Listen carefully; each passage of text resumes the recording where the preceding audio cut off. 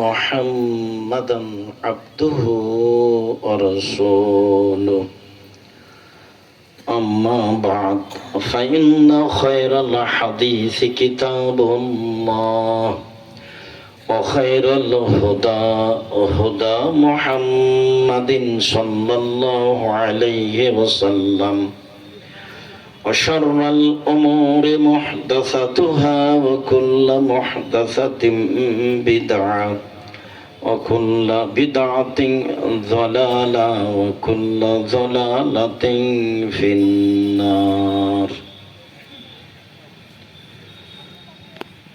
أعوذ بالله من الشيطان الرجيم.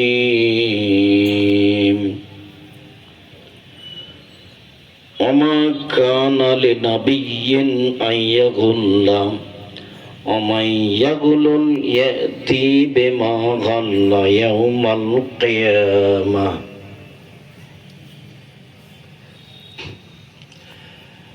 عن أبي هريرة رضي الله تعالى عنه قال قال رسول الله صلى الله عليه وسلم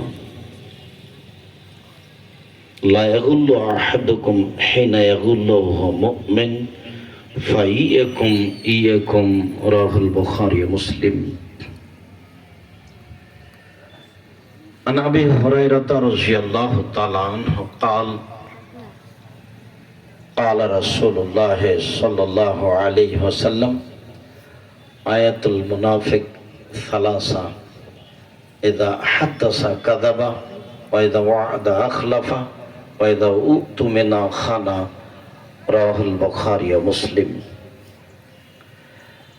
عن أبي هريرة رضي الله تعالى عنه قال قال رسول الله صلى الله عليه وسلم أد الأمانة إلى من ائتمنك ولا تخن من خانك. رواه الترمذي بسند صحيح. عن أنس رضي الله تعالى عنه قال قلما خطبنا رسول الله صلى الله عليه وسلم إلا قال لا إيمان لمن لا أمانة له ولا دين لمن لا أحد له. رواه الترمذي بسند صحيح. সম্মানিত অত্র মাঠের জুমার খুতবায় উপস্থিত দ্বীনি মুসলিম ভাই ও বোন, প্রশংসা আল্লাহর জন্য, শান্তি অবতীর্ণ হোক আল্লাহর রাসূলের উপর সাল্লাল্লাহু আলাইহি ওয়াসাল্লাম। আজ জুমার খুতবায় সংক্ষিপ্ত সময়ে খুতবার বক্তব্যের বিষয় আত্মসাৎ। আত্মসাৎ নিয়ে আমরা এক গুরুত্বপূর্ণ সংক্ষিপ্ত তথ্যবহুল বিবরণের চেষ্টা করব ইনশাআল্লাহুল আজিজ। সামাজিকভাবে সবচেয়ে জটিল, জরুরি একটি গুরুত্বপূর্ণ কাজ হচ্ছে আত্মসাৎ। এই বিষয়ে অবগতি থাকা। যেসব পাপের কারণে সরাসরি জাহান্নাম ঘোষণা হয়েছে তার একটি সামাজিক মহাপাপ আত্মসাৎ। আত্মসাতের মধ্যে জড়িয়ে পড়ে সাধারণত যারা মাদ্রাসা, মসজিদ এসবের সভাপতি, সেক্রেটারি, ক্যাশিয়ার বা যারা সামাজিকভাবে প্রতিষ্ঠানগতভাবে প্রিন্সিপাল,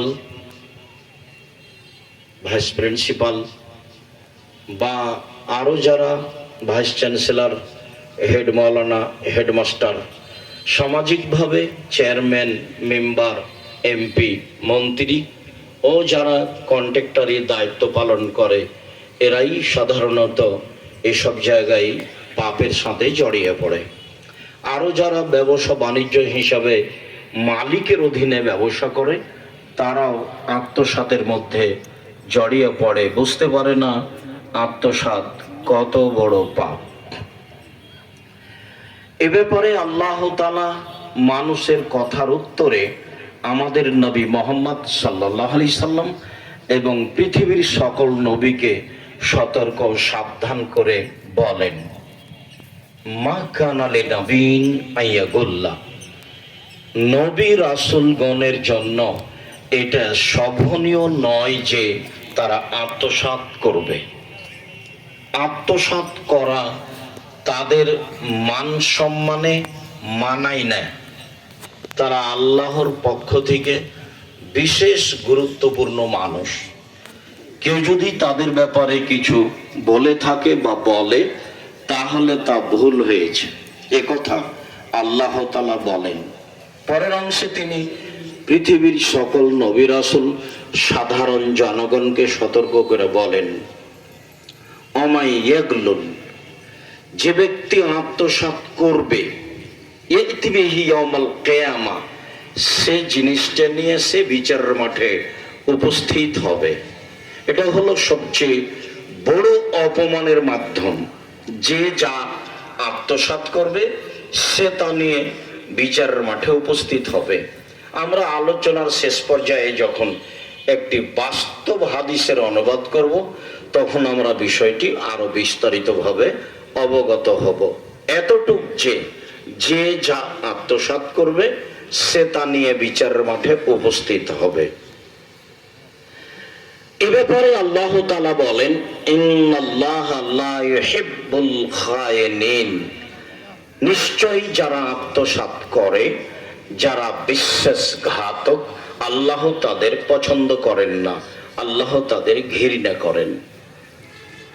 সমাজের যে কোনো স্তরে দায় দায়িত্ব পালন করতে গিয়ে কোনো মানুষ যদি আত্মসাৎ করে, তাহলে সে হলো বিশ্বাসঘাতক।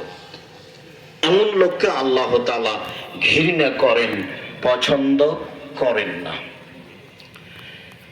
আল্লাহ তাআলা বলেন, ইয়া আইয়ুহাল্লাযীনা আমানু লা তাখুনুল্লাহ ওয়ার রাসূলা, পৃথিবীর মানুষ তোমরা আল্লাহ এবং আল্লাহর রাসূলের আত্মসাৎ করো না।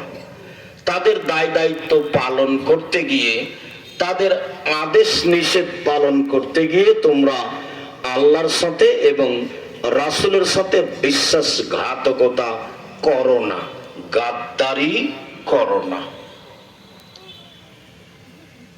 ওয়াতাখুনু আমানাতিকুম, আর নিজেরাও তোমাদের নিজের ব্যাপারে যে আত্মসাতের ব্যাপার রয়েছে সেটাও তোমরা করো না। আপোষে সামাজিকভাবে কোনো আত্মসাৎমূলক কাজে জড়িয়ে পড়ো না। এ কথা আল্লাহ তাআলা পৃথিবীর সকল মুসলিম পুরুষ নারীকে বলেন। আল্লাহ তাআলা ইউসুফ আলাইহিস সালামের কথা সামনে রেখে বলেন, ইউসুফ আলাইহিস সালাম বললেন, যালিকা লিয়ালামা আন্নী লাম আখুনহু ওয়া আন্নাল্লাহা লা ইয়াহদি কায়দাল খায়িনিন। আমি ইউসুফ এটা করলাম কেন? আমি ইউসুফ এটা এই জন্য করি, আমি জুলাইখার সাথে অন্যায় করিনি। নিশ্চয়ই যারা বিশ্বাসঘাতকতা করে, তাদের পরিকল্পনা ষড়যন্ত্রকে আল্লাহ ধ্বংস করে দেন। বিষয়টি ভালোভাবে বোঝা গেল না। সবাই জানি যে ইউসুফ আলাইহিস সালামকে ইদারায় নিক্ষেপ করা হয়েছিল ভাইদের পক্ষ থেকে। ভাইয়েরা গিয়ে পিতাকে বলেছিল, আব্বা আপনি তো আমাদেরকে বিশ্বাস করবেন না, আসলে ইউসুফকে বাঘে ধরে খেয়েছে। দেখেন এই যে তার জামা আমাদের হাতে, গায়ে রক্ত লেগে আছে। তো ইউসুফ আলাইহিস সালামের পিতা ইয়াকুব আলাইহিস সালাম নবী মানুষ, বললেন যে তোমরা এটা বানিয়ে নিয়েছো, তোমাদের এটা বানাওয়ার কথা।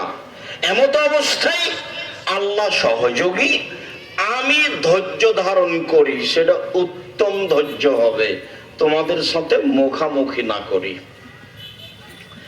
ধৈর্যের পরিচয়ে থাকতে লাগলেন। ইউসুফ আলাইহিস সালামকে ইদারা থেকে উঠিয়ে বণিকেরা, সওদাগরেরা বাজারে বিক্রি করলো। দেশের সরকার বিত্তশালী তাকে কিনে নিলেন।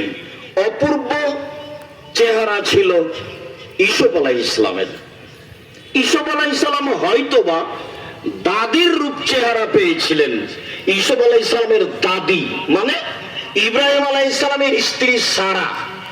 ইব্রাহিম আলাইহিস সালামের স্ত্রী সারা ভিন্ন ধরনের সুন্দরী মহিলা ছিলেন। আল্লাহর নবী বলেছেন সবচেয়ে সুন্দরী। কথাটার অর্থ এও হতে পারে যে হাওয়া থেকে নিয়ে কিয়ামত পর্যন্ত যত মহিলা এসেছে, যত মহিলা আছে, যত মহিলা আসবে, সবার চেয়ে সুন্দরী ছিলেন ইব্রাহিম। সবার চেয়ে সুন্দরী ছিলেন ইব্রাহিম আলাইহিস সালামের স্ত্রী সারা। সেই সুবাদে তিনি হয়তোবা দাদির চেহারা পেয়ে একবারে ভিন্ন ধরনের চেহারার মানুষ ছিলেন ইউসুফ আলাইহিস সালাম। দেশের সরকার স্ত্রীকে বলল, দেখো ছেলেটিকে লালন পালন করো, ছেলেটি আমাদের কাজে আসতে পারে, আমরা একে ছেলে হিসাবে গ্রহণ করতে পারি, অনেক রূপ চেহারার অধিকারী, ভালো। দিন যায় রাত্রি যায়, জুলাইখা তাকে খাওয়ার পানি দেন, বড় হয়ে গেল। এক সময়ে জুলাইখা ভুল পথে পা দিল। অকাল্লাকাতিল আবওয়াব, জুলাইখা সব দরজাগুলি বন্ধ করে দিল। ভিন্ন ধরনের ঘর, সব দরজা বন্ধ করে জুলাইখা ইউসুফকে বলল, হাই তালাক, তুমি আমার সাথে জেনায় লিপ্ত হও। তখন ইউসুফ আলাইহিস সালাম প্রথম বাক্য বললেন, মাআযাল্লাহ, বলো কি তুমি? তোমার এই প্রস্তাব থেকে আমি আল্লাহর কাছে আশ্রয় চাচ্ছি। আল্লাহ আমার সবচেয়ে বড় আশ্রয় দাতা। তোমার এই অন্যায় প্রস্তাবের উপরে আমি আল্লাহর কাছে আশ্রয় চাই। এই কথা বলার পরে তিনি বলছেন, ইন্নাহু রাব্বি আহসানা মাসওয়ায়া। আরে বলো কি তুমি?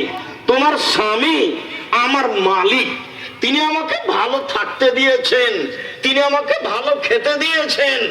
আমি তোমার সাথে এই অন্যায় কেমনে করি? আমি এই অন্যায় করলে আমি হব জালেম, বিশ্বাসঘাতক, আমি এই কাজ করতে পারি না। এই বলে তিনি দৌড় দিলেন বের হওয়ার আশায়। দরজা খুলে বের হচ্ছেন, এমনটা কোরআনের ভাষায় বোঝা যায় না। যখন বের হয়ে গেলেন, তখনই চোখের উপরে সামনে পড়ল জুলাইখার স্বামী। তিনি বললেন, আমি অন্যায় করিনি, আপনার স্ত্রী আমার সঙ্গে অন্যায় করতে চেয়েছে। হাতে হাতে তিনি তার বিষয়টিকে অস্বীকৃতি জানালেন। জুলাইখা বলল, তার কথা শুনে কি হবে? যে আপনার স্ত্রীর সাথে অশ্লীল কাজ করতে চায়, তাকে যথাযথ পিটন দিতে হবে, নইলে তাকে জেলখানায় বন্দি করতে হবে। জুলাইখা ভাষা উল্টিয়ে দিল। অনেকদিনই বলেছি দিনী ভাই বোনদের, বিশেষভাবে তোমরা মহিলাদের সাথে চলাফেরা থেকে, কথা বলা থেকে বিরত থাকিও। যে কোনো সময়ে, যে কোনো মাধ্যমে তোমাকে বিপদে ফেলে দিবে, চিনা বড় দায়। যে মহিলা বলল দরজা বন্ধ করে অশ্লীল কাজে লিপ্ত হও, সেই মহিলা এখন বলছে যে যেই লোক আপনার স্ত্রীর সাথে অন্যায় করতে চায় তার কি শাস্তি হতে পারে? আরে আপনি কি শাস্তি বলবেন? আমি জুলাইখা বলছি, একে যথাযথ পিটন দিতে হবে, নইলে জেলখানায় বন্দি করতে হবে। কথার গতিতে, সময়ের ব্যবধানে ইউসুফ আলাইহিস সালামের জেল হয়ে গেল। তিনি জেলে থাকতে লাগলেন। 12 বছর বা 25 বছর পরে সরকারের পক্ষ থেকে ইউসুফকে ডাকতে পাঠানো হলো, যাও ইউসুফকে জেল থেকে বের করে নিয়ে আসো। ইউসুফ আলাইহিস সালাম তখন বললেন, অসম্ভব, হতে পারে না, আমি জেল থেকে বের হতে পারি না। জুলাইখাকে জাতির সামনে ঘোষণা দিতে হবে, আমি জুলাইখা অন্যায় করেছি, ইউসুফ করেনি। যতক্ষণ পর্যন্ত ঘোষণা না দিবে, আমি ইউসুফ জেল থেকে বের হব না। ওই কথাটা তিনি বলছেন, যালেকা, আমি এটা করলাম কেন? আমি এই ঘোষণা দিলাম কেন? আমি জেল থেকে বের হতে চাইলাম না কেন? লিয়ালামা, জুলাইখার স্বামী জানুক আন্নী লামা খুনহু বিল গায়বে, আমি তার অগোচরে আত্মসাৎ, বিশ্বাসঘাতকতা করিনি, আমি তার স্ত্রীর সাথে অন্যায় করিনি। এটা জুলাইখাকে জানতে হবে, জুলাইখার স্বামীকে জানতে হবে, পৃথিবীর পুরুষ নারীকে জানতে হবে। যত মহিলা আমার ব্যাপারে উল্টা কথা বলতে চেয়েছে সবাইকে জানতে হবে, অতএব জুলাইখাকে মাঠে ঘোষণা দিতে হবে আমি অন্যায় করেছি, সব করেনি। শেষ পর্যন্ত জুলাইখা জাতির সামনে ঘোষণা দিল আমি অন্যায় করেছি, সব অন্যায় করেনি। তখন তিনি জেল থেকে বের হয়ে আসলেন। আমাদের নবী মুহাম্মদ সাল্লাল্লাহু আলাইহি ওয়াসাল্লাম বলেছেন, বুখারী মুসলিমের হাদিস, ইউসুফের ধৈর্য আমার চেয়ে অনেক বেশি। 10-12 বছর 25 বছর জেলে থাকার পরে যদি আমাকে সরকারের পক্ষ থেকে ডাকা হতো তাহলে আমি তাড়াহুড়া করে বের হয়ে যেতাম। বললেন না, আমি জেল থেকে বের হব না, জুলাইখাকে আগে জাতির সামনে ঘোষণা দিতে হবে আমি অন্যায় করেছি, সব করেনি। তারপরে বিশ্বাসঘাতক, বিশ্বাসঘাতকতা নিহায়াত অন্যায়, মহাপাপ। আবু হুরায়রা রাদিয়াল্লাহু তাআলা আনহু বলেন, রাসূল সাল্লাল্লাহু আলাইহি সাল্লাম বলেছেন, লা ইয়াগুল্লাহু আহাদুকুম হিনা ইয়াগুল্লাহু মুমিন। কোন মানুষ যখন আত্মসাৎ করে, যখন বিশ্বাসঘাতকতা করে, তখন সে মুমিন নয়। ঈমান অবস্থায় আত্মসাৎ করতে পারে না। ফাইয়াকুম ইয়াকুম, পৃথিবীর মানুষ সাবধান, পৃথিবীর মানুষ সাবধান, পৃথিবীর পুরুষ নারী সাবধান, যে কোন সময়ে বেঁচে থাকিও আত্মসাৎ হতে, বেঁচে থাকিও বিশ্বাসঘাতকতা হতে। বিশ্বাসঘাতক যে ঈমানদার নয়, সে তার ঈমান নেই, এ কথাই ঠিক। আবু হুরায়রা রাদিয়াল্লাহু তাআলা আনহু বলেন, রাসূল সাল্লাল্লাহু আলাইহি ওয়াসাল্লাম বলেছেন, আদ্দিল আমানা ইলা মান ইতামানাকা ওয়ালা তাকুন মান খানাকা। পৃথিবীর মানুষ তোমাদের উচিত যে তোমার কাছে সম্পদ রেখেছে আমানত, সেটা তুমি সময়ে তার কাছে পৌঁছে দাও। যে তোমার সাথে বিশ্বাসঘাতকতা করেছে তুমি তার সাথে পাল্টা বিশ্বাসঘাতকতা করো না, প্রতিশোধ নিতে যায় না।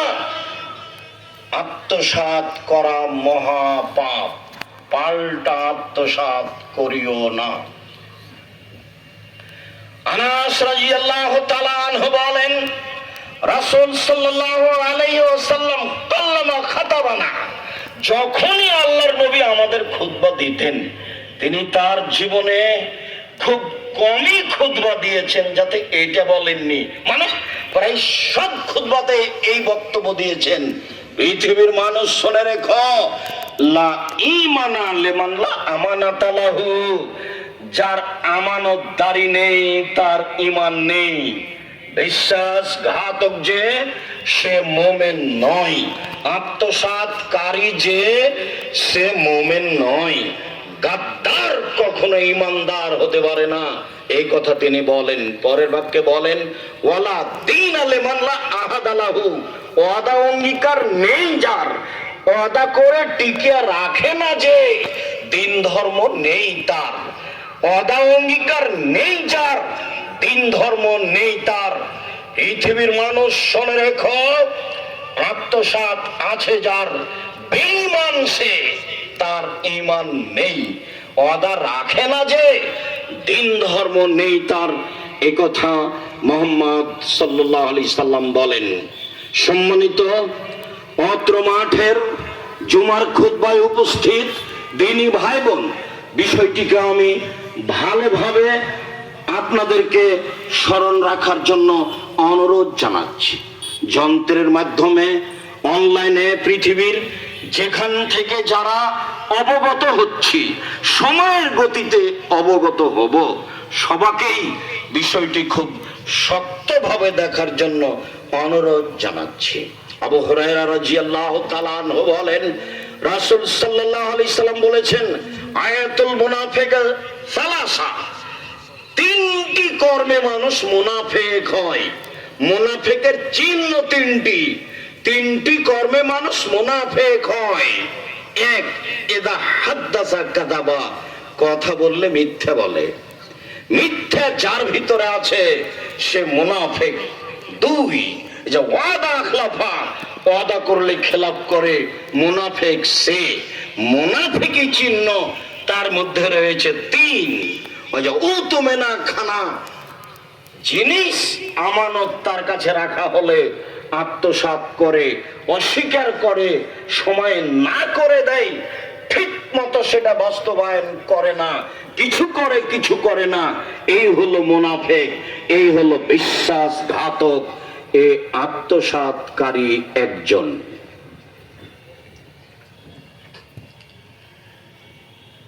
সাইদ ইবনে যায়েদ রাদিয়াল্লাহু তাআলা আনহু বলেন, রাসূল সাল্লাল্লাহু আলাইহি আরদে যুলমান, কেউ যদি সামান্যতম জমি জোর করে দখল করে, আত্মসাৎ করে, ফাইনাহু ইতাকুহু ইয়াউমুল কিয়ামা, এই জমিটুকু তার কাঁধে বিচারের মাঠে চাপিয়ে দেওয়া হবে। মিন সাবিনা আরদ, পরস্পর 7টি জমিন। জমিন বলতে 7টি, আকাশ বলতে 7টি।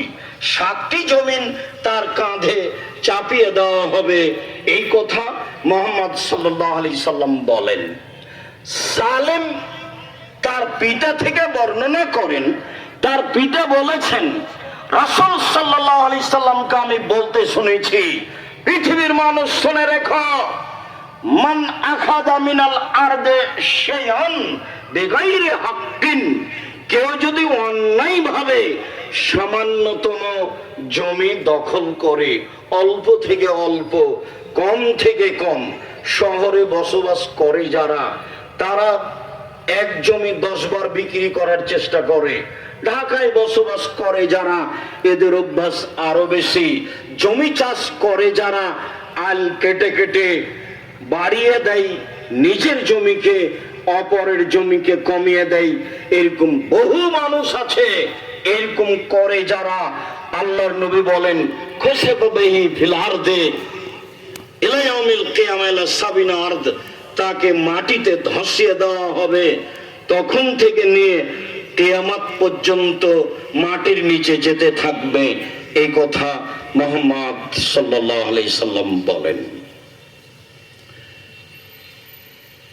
আবু হুরায়রা রাদিয়াল্লাহু তাআলা আনহু বলেন, রাসূল সাল্লাল্লাহু আলাইহি ওয়াসাল্লাম বলেছেন, মান যালামা শিবরান মিনাল আরজে, কেউ যদি অর্ধ হাত জমি দখল করে, আত্মসাৎ করে, ক্ষমতা দেখিয়ে দখল করে, রাসূল সাল্লাল্লাহু আলাইহি সাল্লাম বলেন, ফাকাল্লাফাহু ওয়া ইয়াহফিরাহু, তাকে বিচারের মাঠে বলা হবে, যেই পরিমাণ তুমি জমি জোর করে দখল করেছো, এটা খনন করতে থাকো, এই কাজে তোমাকে বাধ্য করা হলো।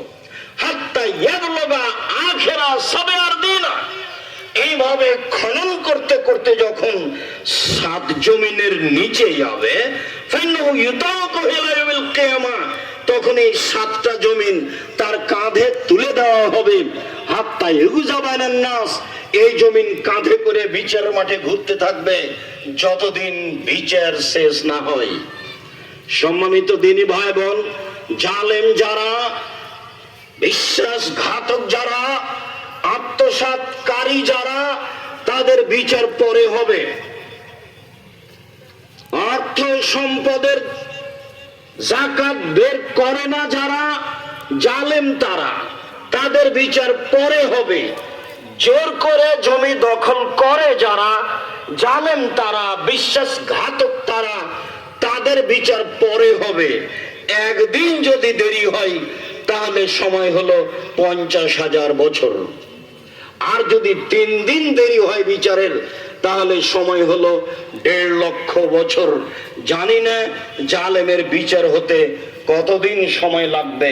তবে মুহাম্মদ সাল্লাল্লাহু আলাইহি ওয়াসাল্লাম বলেছেন, হাত্তা ইগদাবানান নাস, যতদিন পর্যন্ত মানুষের আর সবার বিচার না হচ্ছে, ততদিন পর্যন্ত বিশ্বাসঘাতক এই জমি কাঁধে করে থাকবে এবং ঘুরতে থাকবে।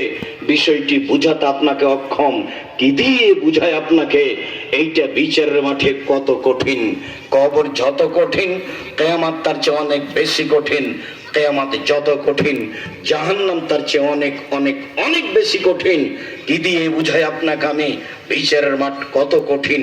যেদিন কাঁধের ওপরে থাকবে জমিন, কাঁধের ওপরে থাকবে গম টিন, যেদিন কাঁধের ওপরে থাকবে, আমি একজন সাধারণ মানুষ, গরিব মানুষ, একজন ব্যবসায়ীর অধীনে সেলসম্যান হিসেবে ব্যবসা করছিলাম, তার অগোচরে আমি একটা কাপড় বাড়িতে নিয়ে চলে এসেছি, সেটা কাঁধে থাকবে যখন, তার অগোচরে আমি একটা কাপড় বিক্রি করে টাকাটা নিয়ে নিয়েছি, এই টাকা যখন আমার কাঁধে থাকবে, আমাকে ঘুরতে হবে কতদিন আল্লাহ ভালো জানে। এটা কত জটিল, কবর যত জটিল, কিয়ামত তার চেয়ে অনেক বেশি কঠিন। কিয়ামত যত কঠিন, জাহান্নাম তার চেয়ে অনেক অনেক অনেক বেশি কঠিন। কি দিয়ে বুঝাই আপনাকে আমি কবর কিয়ামত কত কঠিন?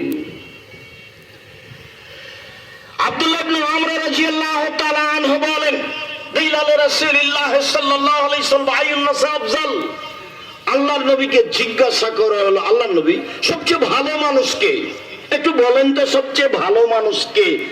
তখন আল্লাহ রাসূল বলছেন, কুল্লু মাহমুমিল কলবি ওয়া সাদুকিল লিসান।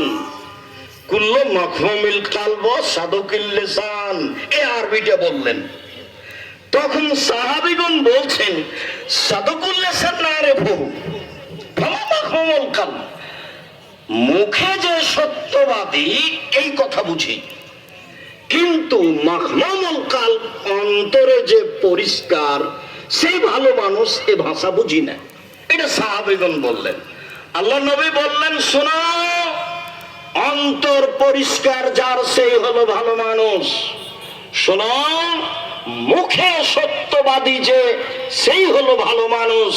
সাহাবীগণ মুখে সত্যবাদী ভাষা বুঝলেন, কিন্তু অন্তর পরিষ্কার এই ভাষা বুঝলেন না।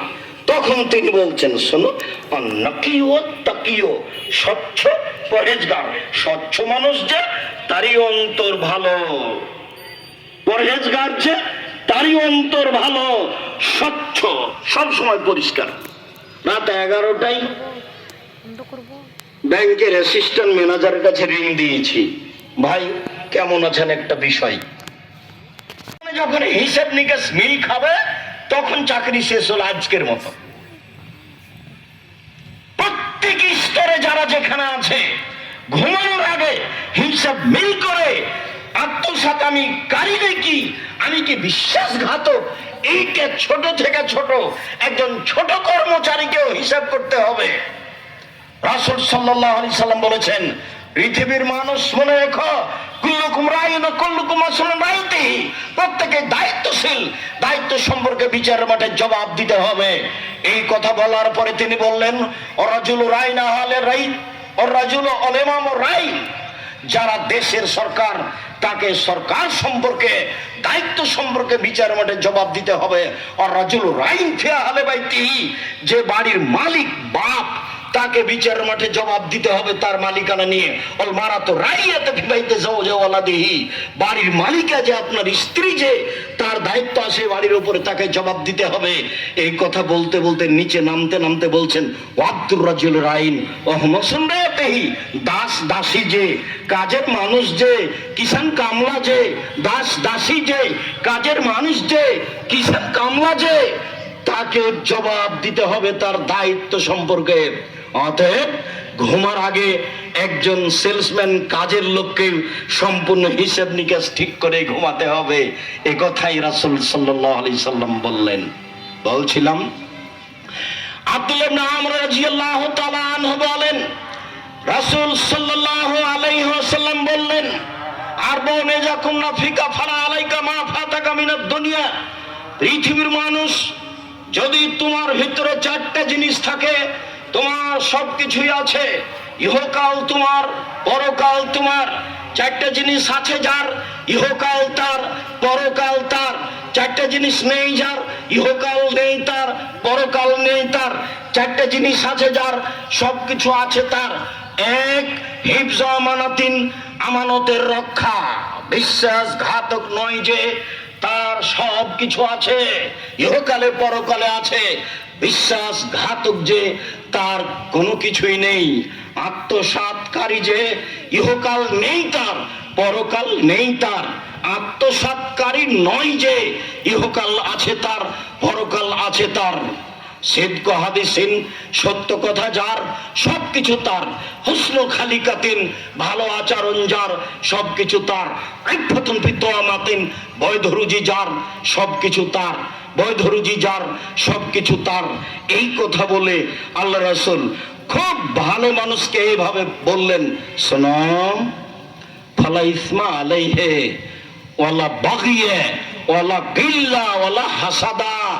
ভালো মানুষ সেই, স্বচ্ছ মানুষ সেই, এক পাপ নেই যার। অবাক কথা, পাপ নেই যার মানে আল্লাহ রাসূল বলছেন কুলু বনি আদম খাত্তা খায়রুল খাত্তানিয়া তাওবুন। আদম সন্তানই পাপী, আদমের ছেলে মেয়ে সবাই পাপী। আবার এখন আল্লাহ নবী বলছেন পাপ নেই যার, সবচেয়ে ভালো মানুষ সে। এটা কেমন কথা হলো? কেমন কথা হলো মানে পাপ হলেই ক্ষমা চাই যে, পাপ হলেই প্রতিকার করে যে, পাপ নেই তার। ওলা বাগিয়া, সীমা লঙ্ঘন নেই যার, সেই স্বচ্ছ, সেই পরহেজগার।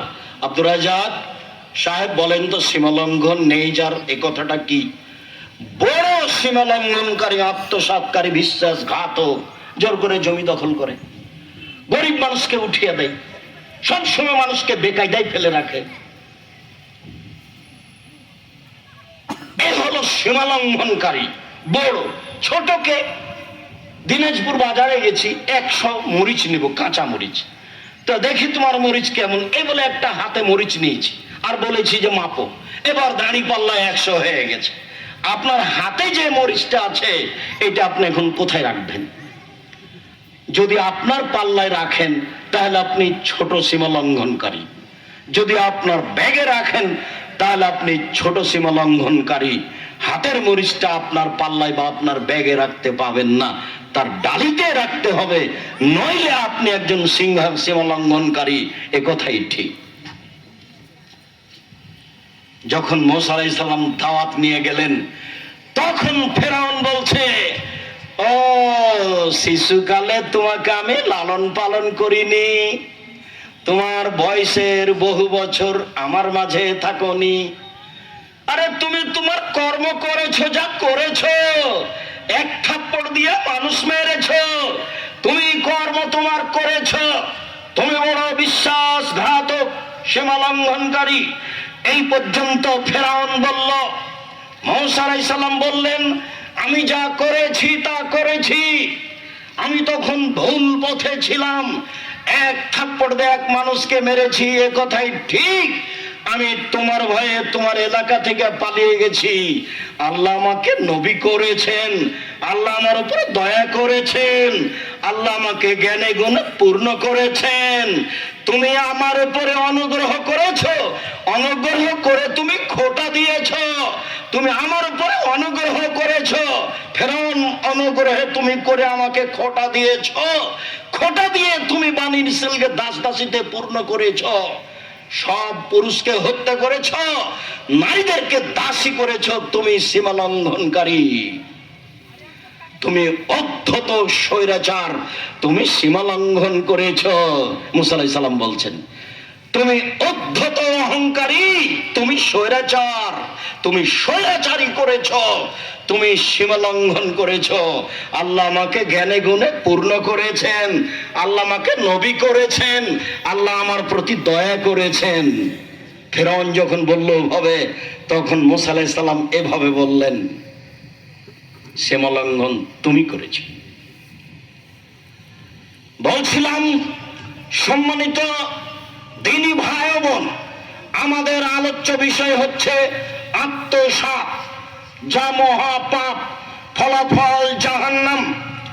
আব্দুল্লাহ ইবনে আমর রাদিয়াল্লাহু তাআলা আনহু বলেন, কানান নবী সাল্লাল্লাহু আলাইহি সাল্লাম ইজা আসাবাহু গনিমা, আল্লাহর নবীর নীতি ছিল, আল্লাহর নবী মুহাম্মদ সাল্লাল্লাহু আলাইহি সাল্লামের স্বভাব, বৈশিষ্ট্য, আচরণ ছিল, যখনই 10-এর পয়সা হাতে আসতো, সামাজিক কোন পয়সা হাতে আসতো, ফামারা বেলালান ফানাদা ফিন্নাসে, বেলালকে বলতেন, বেলাল জনগণকে ঘোষণা দাও, সবার কাছে 10 পয়সা যার যা কাছে আছে নিয়ে আসো।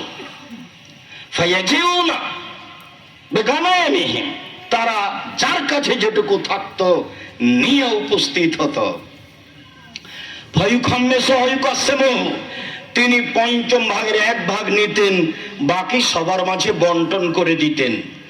ফাজ্জা রাজুলুন ইয়াওমান বাদা যালিক, এইটা করার পরে 10 সম্পদ বন্টন করার পরে একটা লোক রাসূলের কাছে আসলো। এসেছে বেযিমামিন মিন শারিন, পশমের একটা লাগাম নিয়ে, ঘোড়ার লাগাম নিয়ে। 10 টাকা, 20 টাকা, 200 টাকা, 5 টাকা, 2 টাকা, একটা ঘোড়ার লাগাম নিয়ে এসেছে পশমের। নিয়ে এসে বলছে, ইয়া রাসূলুল্লাহ, হে আল্লাহর রাসূল, হাদা মিম্মা আসাবনাহু মিনাল গানিমা, এইটা আমি পেয়েছিলাম গানিমাতের সম্পদ, এটা আমার কাছে ছিল। এইটা আমি পেয়েছিলাম 10 সম্পদ, যেটা আমার কাছে ছিল। তখন আল্লাহ রাসূল বলছেন, আসামিতা বেলালান নাদা ফিন্নাসে খালাসান, বেলাল যে বলেছিল যার কাছে 10 সম্পদ আছে সবাই নিয়ে আসো, রাসূলের কাছে নিয়ে আসো, এই কথা কি তুমি শুনেছিলে? বেলাল 3 বার বলেছিল, না জি হ্যাঁ আমি শুনেছি। তখন আল্লাহ রাসূল বলছেন, মা মানাকা আন তাজিয়া বিহি, কে তোমাকে বাধা দিল এটা আনলে না কেন সে সময়? কে তোমাকে বাধা দিল এটা আনলে না কেন সে সময়? ফাআতাজারা, লোকটি আপত্তি পেশ করলো, আমি ছিলাম না, আমি বিপদে ছিলাম, আমার ছেলে মেয়ে অসুস্থ, আমার স্ত্রী অসুস্থ, আমি মেডিকেলে ছিলাম। যে কোনো একটা আপত্তি পেশ করলো রাসূলের সামনে। তখন আল্লাহ রাসূল বলছেন,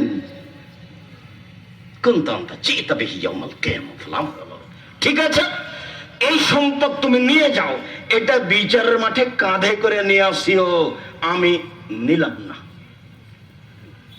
মুহাম্মদ সাল্লাল্লাহু আলাইহি সাল্লাম একটা মানুষকে এভাবে বলছেন, নির্ধারিত সময়ে কাজ করেনি, সেই জন্য লোকটা তো নিয়ে এসেছে, কিন্তু নির্ধারিত সময়ে করেনি। দেখেছেন ধর্ম নীতি কত শক্ত, নিয়ে এসেছে তো, এবং বলেছে আমার ভুল হয়েছে, বলেছে আমার স্ত্রী অসুস্থ, বলেছে আমার কোনো বিপদ ছিল, একটা আপত্তি পেশ করেছে, কোন প্রকার আপত্তি গ্রহণ করলেন না, বললেন যে তুমি বিচারের মাঠে উপস্থিত হয়ে এটা নিয়ে, আমি এটা গ্রহণ করলাম না। সম্মানিত দিনী ভাই বোন, বিষয়টি অতীব জটিল, বুঝে আমল করার চেষ্টা করি। আল্লাহ তুমি কবুল করো। আল্লাহুম্মা সাল্লি আলাইহি, আল্লাহুম্মা বারিক আলাইহি।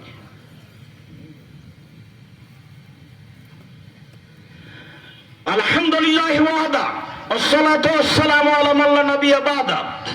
আব্দুল্লাহ ইবনে আমর রাদিয়াল্লাহু তাআলা আনহু বলেন, কানা রাজুলুন আলা সাকালিন নবী সাল্লাল্লাহু আলাইহি ওয়াসাল্লাম ইউকালু লাহু কারকারা ফামাতা, আল্লাহ রাসূলের 10 সম্পদের একজন মালিক করেছিলেন, যার নাম আরবি ভাষায় কারকারা। কারকারা একজন সাহাবী। তাকে বলেছেন যে এই 10 সম্পদ তোমার কাছে থাকলো, যেমন ভাবে কন্ট্রাক্টরের কাছে থাকে, যেমন ভাবে চেয়ারম্যান মেম্বারের কাছে থাকে, যেমন ভাবে মালিকের সম্পদ অধীনস্থ কর্মচারীর কাছে থাকে, এরকম একটা দায়িত্ব এক লোককে দিলেন। ফামাতা, দায়িত্ব দিতে 2-1 দিনের মধ্যে লোকটা মারা গেল। তখন আল্লাহ রাসূল বলছেন, ইন্নাহু ফিন্নার, ইন্না রাহতু ফিন্নারে, আমি তাকে জাহান্নামে দেখছি, আমি তাকে জাহান্নামে দেখছি। এই কথা বলতেই সাহাবীগণ অবাক হয়ে গেলেন। ফাতাহাবু এনজুরু, সবাই গেল দেখি তো তার ঘটনা কি। তারা ব্যাগ বকচা তলিয়ে দেখলো, ওয়াজাদু আবান কাদগাল্লাহা, দেখলো যে একটা চাদর আত্মসাৎ করে রেখেছে 10 সম্পদের। আল্লাহ রাসূল ঘোষণা দিলেন ও জাহান্নামী, আল্লাহ রাসূল ঘোষণা দিলেন ও জাহান্নামী, একবারে হাতে নাতে সামনাসামনি, লাশ ওপরে আছে। রাসূল তার কোনো সহযোগিতা করলেন না, বললেন না যে ঠিক আছে আমি তার জন্য ক্ষমা চাইব, অথচ সাথে ছিলেন, কাজে ছিলেন। কি দিয়ে বুঝায় আপনাকে আত্মসাৎ কি জিনিস? সম্মানিত দিনী ভাই বোন, আব্দুল্লাহ ইবনে আব্বাস রাদিয়াল্লাহু তাআলা আনহু বলেন, হাদাসানি উমর, উমর রাদিয়াল্লাহু তাআলা একদা বললেন, ফালাম্মা আকবালা ইয়াউমা খাইবারা, খাইবারের যুদ্ধ করে আসছিলেন। কালু সাহাবীগণ বললেন ফুলান শাহিদুন, আল্লাহ নবী অমুক শহীদ, ফুলানুন শাহিদুন, আল্লাহ নবী অমুক শহীদ। ফালাম্মা মারু আলা রাজুলিন ফাকালু ফুলানুন শাহিদ।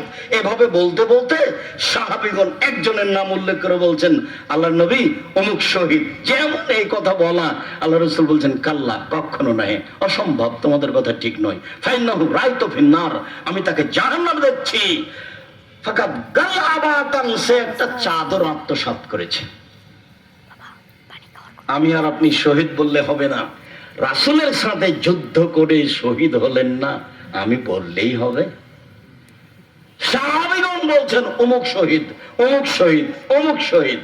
আল্লাহ রাসূল বলছেন অসম্ভব হতে পারে না, ওকে আমি জাহান্নামে দেখছি, একটা চাদর আত্মসাৎ করেছে এই জন্য। আমাদের আলোচ্য বিষয় আত্মসাৎ। আবু হুরায়রা রাদিয়াল্লাহু তাআলা আনহু বলেন আহাদাল রাসূলুল্লাহ সাল্লাল্লাহু আলাইহি ওয়াসাল্লাম গোলামান ইউকাল লাহু মেদাম, আল্লাহর নবীকে একটা হাদিয়া দিয়েছিলেন এক লোক, গোলাম, কাজের লোক। আল্লাহ নবী এই জন্যই এই লোকটা আপনার কাজ করবে, কাজের লোক হিসেবে আমি দিলাম। যেমন ভাবে আনাসের মা আনাসকে রাসূলের সামনে নিয়ে এসে বলছেন আজ খোয়ায় দে মোকা, এই যে আল্লাহ রাসূল, আনাস আপনার ছোট খাদেম, আপনি তার জন্য দোয়া করেন, ও তার আপনার খিদমত করবে। তখন আল্লাহ রাসূল তার জন্য দোয়া করলেন। একটা লোক, একটা কাজের লোক পাঠিয়েছেন রাসূলের জন্য, যার নাম মেদাম। তো কাজের লোক হিসেবে রাসূলুল্লাহ সাল্লাল্লাহু আলাইহি ওয়াসাল্লাম, ও কাজের লোক হিসাবে রাসূলের উটের উপরে হাওদাজটা বাঁধা চাঁদা করছে, ঠিকঠাক করছে, কর্ম তাই করছে। হঠাৎ একটা তীর কোথা থেকে এসে লেগে গেল কেউ জানে না। ফাকাতালাহু, তীরের কারণে লোকটা মারা গেল। ফাকালু হামিয়াল্লাহু জান্নাহ, সাহাবীগণ বলে উঠলেন ধন্যবাদ, ওহ তুমি রাসূলের কাজের লোক হওয়ার পরে মারা গেলে, তোমার জন্য জান্নাত, খুব ভালো কথা। তুমি রাসূলের গোলাম হওয়ার পরে মারা গেলে অজানা তীরে, তোমার জন্য জান্নাত। তখন আল্লাহ রাসূল বলছেন কাল্লা, কখনো নহে, ওয়াল্লাযী নাফসি বিয়াদিহি, আমি আল্লাহর কসম করে বলছি, কখনো নহে, আমি আল্লাহর কসম করে বলছি, ইন্নাশ শামলাতা আখাযা ইয়াওমা খাইবারা মিনাল মাগানিম তুসবাল মাকাসিম, 10 সম্পদ হতে একটা চাদর চুরি করেছিল, যেটা ভাগ হয়নি। বন্টনের পূর্বেই একটা চাদর চুরি করেছিল, লা তাসতালু আলাইহিন নার, এই চাদরটা তার উপরে জাহান্নামকে খেপিয়ে তুলেছে, এই চাদরটা তার উপরে জাহান্নামকে খেপিয়ে তুলেছে, এই চাদরটা জাহান্নামকে খেপিয়ে তুলেছে তার উপরে। ফালাম্মা সামিয়া যালিকা নাস জাবে শিরকান শিরকায়নে, এই কথা শুনতেই সাহাবীগণ রাসূলের কাছে নিয়ে আসতে লাগলেন একটা জুতার ফিতে, দুইটা জুতার ফিতে। আসলে জুতার ফিতে কি? একটা খেজুর, দুইটা খেজুর। আসলে জুতার ফিতে খেজুর কি? 1 কেজি গম, 100 গম। আসলে জুতার ফিতে কি? একটা টিন। আসলে জুতার ফিতে কি? 10টা টাকা, 1টা টাকা। আমি দায়িত্বশীল, আমার মালিক আমাকে করেছে, সেখান থেকে আমি 10টা টাকা আত্মসাৎ করেছি। আমার মালিক আমাকে বাজার পাঠিয়েছে, 90 টাকা খরচ হয়েছে, 10 টাকা রেখে দিয়েছি। আমি ভাড়া ঠিকই দিয়েছি 100 টাকার, 10 টাকা রেখে দিয়েছি। আসলে জুতার ফিতে কি? আমার মালিক 100 টাকা দিয়েছিল, 10 টাকা রেখে দিয়েছি, সেটা হলো এইটা। আসলে জুতার ফিতে কি? জুতার ফিতে নয়, আমার মালিক 100 টাকা দিয়েছিল, 99 টাকা খরচ হয়েছিল, 1 টাকা থেকে গেছিল, সেইটা এটা। যখন সাহাবীগণ নিয়ে আসতে লাগলেন তখন আল্লাহ রাসূল বললেন শিরকান ফিন্নার ও শিরকানে ফিন্নার, একটা জুতার ফিতে আত্মসাৎ করেছে যে সেও জাহান্নামে যাবে, 2টা জুতার ফিতে আত্মসাৎ করেছে যে সে জাহান্নামে যাবে, 1 ছটা গম আত্মসাৎ করেছে যে সে জাহান্নামে যাবে, জেনে শুনে 1 টাকা আত্মসাৎ করেছে যে সে জাহান্নামে যাবে। হাদিস তো বুখারী মুসলিম, বিচার করেন দেখি। বুখারী মুসলিম মানে আম গাছে যার ধরতে ধরে না, অমাবস্যা রাতে চাঁদ উঠতে পারে উঠে না, শুয়ের ছিদ্র দিয়ে লাঙ্গলের ফল ঢুকতে পারে ঢুকে না, অসম্ভব কাজ। শুয়ের ছিদ্র দিয়ে লাঙ্গলের ফল ঢুকে যেতে পারে, আম গাছে ধরে যেতে পারে, অমাবস্যার রাতে চাঁদ উঠে যেতে পারে। আমি যে কথা বললাম এতে সন্দেহ আছে বলে কিয়ামত পর্যন্ত চেষ্টা করলে সরিষা ঢোকানো যাবে না, যা বলছি তাই থাকবে। তার নাম বুখারী মুসলিম। জেনে শুনে 1 টাকা আত্মসাৎ করলে তাহাজ্জুদ, উমরা, হজ, দান খায়রাত কিচ্ছু ভুলাবে না, সব একদিকে, 1 টাকা একদিকে, ওটাই ভারী হয়ে যাবে। তার নাম আত্মসাৎ, তার নাম বিশ্বাসঘাতকতা। একদিন বাঁচতে এসে 1 টাকা আত্মসাৎ করে পরকাল হারাতে রাজি নই। খুব সাবধান থাকি, চলেন বাস্তবে চলে যাই। আবু হুরায়রা রাদিয়াল্লাহু তাআলা আনহু বলেন, কামা রাসূলুল্লাহ সাল্লাল্লাহু আলাইহি ওয়াসাল্লাম ফিনা ইয়াওমান, একদা আল্লাহর নবী আমাদের সামনে দাঁড়ালেন, বক্তব্য দিবেন। ফাযাকারাল গলুলা, তিনি বক্তব্যে আত্মসাতের কথা বললেন, মানে বক্তব্য আত্মসাতের উপরে দিলেন। ফাযামাহু, বিষয়টি খুব বড় ভাবে পেশ করলেন, কঠিন ভাবে পেশ করলেন। ওয়াদামা আমরাহু, আত্মসাতের বিষয়টিকে আমাদের সামনে খুব জটিল ভাবে বললেন। তিনি বললেন, পৃথিবীর মানুষ শুনে রাখো, লাউল ফিয়ান্না আহাদাকুম ইয়াউমাল কিয়ামা ইয়াজিউ আলা রাকাবাতিহি বাইরুন লাহু রোগা। বিচারের মাঠে কতগুলি লোক আসবে যার কাঁধে থাকবে উট।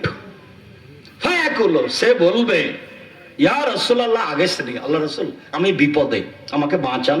আল্লাহ রাসূল, আমি বিপদে, আমাকে বাঁচান। ফায়াকুলু, আমি বলবো, লাম লাকা শাইয়ান কাদ আবলাগতুকা, আজ বিচারের মাঠে সামান্যতম আমি উপকার করতে পারবো না। এই কথা পূর্বেই বলেছি। আমি ফাতেমাকে বলেছি, ফাতেমা সালিমি মাসাতে, আমি তোমার বাপ, তুমি কিছু চাইলে চাইতে পারো। তার মানে বাপ জীবদ্দশায় মেয়েকে কিছু দিতে পারে, মেয়ে অন্যের ঘরের মানুষ, মর্মে বাপ মেয়েকে কিছু স্বইচ্ছে দিতে পারে। আল্লাহ রাসূল বলছেন, ফাতেমা তুমি কিছু চাইলে চাও, আমি তোমাকে দিতে পারি। বিচারের মাঠে কোনো কাজে আসবো না, আমি তোমার বাপ, বিচারের মাঠে তো কোনো উপকার করতে পারবো না। পৃথিবীর সবচেয়ে দামি মানুষের কথা বলছে। তিনি বলছেন, মানুষ বিচারের মাঠে উপস্থিত হবে, কাঁধে থাকবে উট। তিনি বলেন, লাউল ফিয়ান্না আহাদাকুম ইয়াউমাল কিয়ামা ইয়াজিউ আলা রাকাবাতিহি ফারাসুন, কতগুলি লোক আসবে যাদের কাঁধে থাকবে ঘোড়া। লাহু হামহামা, ঘোড়া যে শব্দ করে সেই শব্দে ঘোড়া চিৎকার করতে থাকবে। আগের শব্দটা আছে, উট যে শব্দ করে সেই শব্দে উট চিৎকার করতে থাকবে। লোকটি বলবে, ইয়া রাসূলুল্লাহ, আগেসনি, আল্লাহ রাসূল আমাকে বাঁচান। তখন আমি বলবো, লাম লাকা শাইয়ান, আমি বিন্দু মাত্র কোনো উপকার করতে পারবো না, কাদ আবলাগতুকা, এই কথা আমি পূর্বেই বলেছি, দুনিয়াতে বলে দিয়েছি, বিচারের মাঠে কিছু করতে পারবো না। লাউল ফিয়ান্না আহাদাকুম ইয়াজিউ ইয়াউমাল কিয়ামা, বিচারের মাঠে লোক আসবে, আমি পাবো তাকে, আলা রাকাবাতিহি শাতুন লাহু সুগাউন আও তায়ার, লোক আসবে তার কাঁধে থাকবে ছাগল, ছাগল তার ভাষায় চিৎকার করতে থাকবে। লোকটি বলবে, আল্লাহ রাসূল আমাকে বাঁচান। আমি বলবো, বিন্দু মাত্র কোনো উপকার করতে পারবো না, এই কথা পূর্বেই বলেছি। কথাগুলি এমন কেন? উটের কথা কেন? ঘোড়ার কথা কেন? ছাগলের কথা কেন? আরব দেশের কথা। যার সামনে বলছেন তিনি হচ্ছেন আরবি ভাষার মানুষ, যিনি বলছেন তিনিও হচ্ছেন আরবি ভাষার মানুষ। তাদের সম্পদ হচ্ছে উট, তাদের সম্পদ হচ্ছে ঘোড়া, তাদের সম্পদ হচ্ছে ছাগল। এই জন্য ধারাবাহিক চলে আসছে। চলেন দেখি তার পরের বাক্যে। তিনি বলেন, লাউল ফিয়ান্না আহাদাকুম ইয়াতি ইয়াউমাল কিয়ামা আলা রাকাবাতিহি নাফসুন লাহা সিয়াহুন, কতগুলি লোক আসবে, তাদের কাঁধে থাকবে মানুষ। যত মানুষকে অন্যায়ভাবে হত্যা করা হয়েছে সব মানুষ কাঁধে থাকবে। মানুষ চিৎকার করতে থাকবে, যতদূর জোরে চিৎকার করা সম্ভব। লোকগুলি সব তার কাঁধের উপরে থাকবে আর ওরা চিৎকার করতে থাকবে। লোকটি বলবে, আগেসনি ইয়া রাসূলুল্লাহ, হে আল্লাহর রাসূল আমাকে উদ্ধার করেন, বাঁচান, আমি বিপদে। তখন আল্লাহ রাসূল বলবেন, আল ইয়াউমা লা আমলিকু শাইআন কাদ আবলাগতুকা, আমি কোনো উপকার করতে পারবো না, এই কথা বলেছি, আমি কিছুই করতে পারবো না। লাউল ফিয়ান্না আহাদাকুম ইয়াউমাল কিয়ামা, বিচারের মাঠে কতগুলি লোককে পাবো, এজি আসবে আলা রাকাবাতিহি রোকাউন, কাপড়ের বস্তা থাকবে, কাপড় জাতীয়। অতাক্ষণ দলতে থাকবে কাঁধে। এই বস্তাগুলি, এই কাপড়, এই জামা, এই লুঙ্গি কাঁধের উপরে দুলতে থাকবে। এই চিৎকার করবে না, এ প্রাণী নয়, দুলতে থাকবে। তখন বলবে আল্লাহ রাসূল আমাকে বাঁচান, আমি খুব বিপদগ্রস্ত। আল্লাহ রাসূল বলবেন বিচারের মাঠে বিন্দু মাত্র উপকার করতে পারবো না, এ কথা পূর্বেই বলেছি। এরপরে কতগুলো লোক পাবো বিচারের মাঠে আসবে, ওয়ালা রাকাবাদেহি সমাজ, জড় বস্তু থাকবে, গম, টিন, টাকা পয়সা। কন্ট্রাক্টর কয় টাকা আত্মসাৎ করেছে, দেশের উন্নয়নের নামে কোটি কোটি টাকা, কত বিলিয়ন বিলিয়ন ডলার নিয়ে এসে মানুষ আত্মসাৎ করেছে। বুঝতে পারে না বিচারের মাঠ কত কঠিন। বুঝতো যে এত কিছু কাঁধে নিয়ে যদি একদিন ঘুরতে বলা হয় তাহলে সময় হলো 50 বছর, যদি 3 দিন ঘুরতে বলা হয় তাহলে সময় হলো 1.5 লক্ষ বছর। জনগণ, আমি মন্ত্রীর দায়িত্ব পালন করব না, চলে গেলাম। আমার বাড়ি দিনাজপুর গ্রাম অঞ্চলে, জমি ভাগ পেয়েছি 10 শতক বাবের, ওখানে বেগুন চাষ করে খাবো, আমি দায়িত্ব পালন করব না। আবু জার গেফারি এসে বলছেন আমাকে এলাকার নেতা করে দেন না। তখন আল্লাহ রাসূল বলছেন তুমি বলেছো কি? আরে দায়িত্ব তো নেতৃত্ব, দায়িত্ব তো আমানত, তুমি এ কথা বলো কি করে? দায়িত্ব তো চালাবে উমার, যার কাছে 19 15 20 হয় না, যার কাছে 15 20 হয় না, তার নাম উমার। এরপরে উমার বলছেন যে আমি আগে যা নেকি করেছিলাম, যখন আমি নেতৃত্ব শুরু করেছি তখন থেকে মরা পর্যন্ত যা করেছি সমান সমান হলে আলহামদুলিল্লাহ। খালি যদি বাঁচি, করতে যদি পার হয়ে যেতে পারি তাহলে আলহামদুলিল্লাহ। মানে দায়িত্ব পালন করতে গিয়ে যা করেছি এতে যদি খালি বিচারের মাঠে সমান সমান বেঁচে যাই তাহলে আলহামদুলিল্লাহ। এই কথা উমার বলছে। অথচ আল্লাহ রাসূল বলছেন উমার তুমি যে রাস্তা দিয়ে হাঁটো সে রাস্তা দিয়ে শয়তান হাঁটে না, ওই রাস্তা শয়তান ছেড়ে দেয়। তার ঈমানের ক্ষমতা কত বেশি! 20 হয় না, কোনোদিন হয়নি। জঙ্গলে বাঘ ছাগলকে ধরে খেত না, এই কথা ঐতিহাসিক বলেন। ঐতিহাসিকরা এই কথাই বলে জঙ্গলে বাঘ ছাগলকে ধরে খেত না। কেন? নেতৃত্ব কার? উমারের। এর নাম দায়িত্ব। সম্মানিত অত্র বৈঠকের দ্বীনি মুসলিম ভাই বোন, অনলাইনে যারা পৃথিবীর যে কোনো স্থান থেকে অবগত হচ্ছি, সকলকে আমি রাসূল সাল্লাল্লাহু আলাইহি সাল্লামের হাদিসটি বাস্তব অবগত হওয়ার জন্য অনুরোধ জানাচ্ছি। এটা একবারে নগদ সামনাসামনি। আলোচনার শেষে চলে আসলাম। আদি ইবনে উমাইর রাদিয়াল্লাহু তাআলা আনহু বলেন আল্লাহর নবী বলেছেন মানিস্তা মালনাহু মিনকুম আলা আমালি, পৃথিবীর মানুষ শোনো, আমি তোমাদের যাকে দায়িত্ব দিয়েছি, চাকরি দিয়েছি,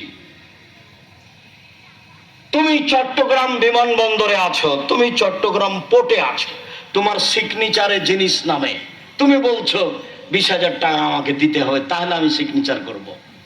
যারা যেখানে আছে আল্লাহ রাসূল বলছেন আমি যাকে দায়িত্ব দিয়েছি আলা আমালিন, যে কোনো কাজে, ফাক্কাতামা মিখিয়াতান, একটা সূচ আত্মসাৎ করেছে। আল্লাহ রাসূলের মুখের ভাষা মিখিয়াতান, একটা সূচ, সুই, সুই বুঝি না আমরা? সূচে যে মহিলারা যা কাজ করে, একটা সুই, সূচ কেউ যদি আত্মসাৎ করে, কানা গলন, এটাই হলো আত্মসাৎ। ইয়াতিবিহি ইয়াউমাল কিয়ামা, এই সূচ কাঁধে করে নিয়ে সে বিচারের মাঠে আসবে। হাদিস তো বুখারী মুসলিম। আমার আর আপনার বিচার কি, বিবেচনা কি, কি ভাবতে পারি? এই কথা মুহাম্মদ সাল্লাল্লাহু আলাইহি ওয়াসাল্লাম বলছেন। এদেশে ঘুষ না হলে কাজ হয় না। তাদেরকে বলবে কে? যারা বলবে তাদের ভয় দুইটা: এক, মুখস্থ নয়, হাদিস জানে না; দুই, শক্ত বললে খেয়ে দিয়ে বাড়ি চলে যেতে হবে, থাকা হবে না। বলবে তোমার হয়েছে, যা বলেছে অনেক বলেছে, আজ থেকে তুমি যাও। আলহামদুলিল্লাহ, যার জন্য আমি মাঝে মধ্যে সিজদা করে শুকরিয়া আদায় করি। আমি যেখানে যে মসজিদে খুতবা দিয়েছি, আমি যদি সভাপতি সেক্রেটারিকে উঠাতে বসাতে না পারি, আমি খুতবাই দিব না। তার মুখ দেখে খুতবা দিতে হবে এরকম জীবন আমার একদিন 1 ঘন্টা ঘটেনি। আমি 90 সাল থেকে মাঠে আছি। সম্মানিত দিনী ভাই বোন, আত্মসাৎ একটি গুরুত্বপূর্ণ বিষয়। প্রত্যেকটা হাদিস কোরআনে আছে। যারাই চেয়ারম্যান, মেম্বার, এমপি, মন্ত্রী, যারাই কন্ট্রাক্টর, যারাই বড় ব্যবসায়ীর অধীনে চাকরি করে, যারা হেড মাওলানা, হেডমাস্টার, যারা সভাপতি, সেক্রেটারি, ক্যাশিয়ার, তাদের জীবনে 1 টাকা আত্মসাৎ হয়ে থাকলে টাকা ফেরত দিতে হবে, অন্যথায় তা বিচারের মাঠে কাঁধে করে নিয়ে আসতে হবে। পরিশোধের কোনো পথ থাকবে না, ফলাফল হবে জাহান্নাম। বিষয়টি বিবেচনা করার জন্য আমি আন্তরিকভাবে অনুরোধ জানাচ্ছি। সাথে সাথে বলছি, জামিয়া সালাফে উত্তরবঙ্গের প্রতিষ্ঠান আপনাদের প্রতিষ্ঠান। অন্তর থেকে ভালোবাসতে হবে। আমি আল্লাহকে বলছি, জামিয়া সালাফে তুমি কবুল করো, যা দিয়ে তোমাকে মানুষ বুঝবে তুমি যে সর্বশক্তিমান, এটা বুঝবে। এদেশের শিরক মুক্ত প্রতিষ্ঠান জামিয়া সালাফিয়া, বিদআত মুক্ত প্রতিষ্ঠান জামিয়া সালাফিয়া, হিংসা মুক্ত প্রতিষ্ঠান জামিয়া সালাফিয়া, দল মুক্ত প্রতিষ্ঠান জামিয়া সালাফিয়া, সংগঠন মুক্ত প্রতিষ্ঠান জামিয়া সালাফিয়া। দেশের সর্ববৃহৎ শিক্ষা মানে আয়তনে সবচেয়ে বড় প্রতিষ্ঠান জামিয়া সালাফিয়া, যেখানে দেশ বিদেশের শিক্ষক অবস্থান করেন। সব দিক দিয়ে উন্নত মানের প্রতিষ্ঠান। মর্মে আপনাকে মন খুলেই বলতে হবে, আল্লাহ তুমি জামিয়া সালাফিয়া কবুল করো। আপনার যদি সংকীর্ণতা থাকে, জবাব আপনাকে দিতে হবে, আমাকে দিতে হবে না। আমি আপনার প্রতিষ্ঠানে খেলে আমি তার টাকা দিয়ে দিই, আমাকে জবাবদিহি হতে হবে, এটা আমার ধারণা কাজ করে না। তবে আমি মানুষ, আমি প্রত্যেকদিন বলি, আমার দিয়ে যেন জামিয়া সালাফের কোনো ক্ষতি না হয়। যদি কোনো জায়গাতে 19-20 হয়, তাহলে তুমি আমাকে আমার শ্রম দিয়ে পার করে দিও। আমি এর জন্য পরকাল হারাতে রাজি নই। আমি জীবন বাজি রেখে জামিয়া সালাফের পিছনে কাজ করে যাচ্ছি। আপনি আমার দ্বীনি ভাই, দ্বীনি বোন হিসেবে বলেছি যে আপনি একটু দোয়া করবেন। আর বলেছি আপনার পয়সা দিয়ে জামিয়া সালাফে গড়ে উঠুক, আপনার পয়সা না হলেও জামিয়া সালাফে গড়বে, আপনাকে মনে রাখতে হবে। গড়ে যাক, এটা আমি চাইনি। দেখেন আপনি, আপনার বুকের উপরে প্রতিষ্ঠান, 4 তলার ছাদ হবে মঙ্গল বুধবারে। দেখেন আপনি কিভাবে গড়েছে। কাল ছিল একরকম, আজ হয়েছে একরকম। আপনি ভাবেন আমি তো 10 টাকাও দিইনি, কিভাবে হলো? আপনাকে আমি একথাই বলছি, আপনি না দিলেও হবে, কিন্তু হয়ে যাক, এটা আমি চাইনি। আপনি ক্ষতিগ্রস্ত হন, এটা আমি চাইনি।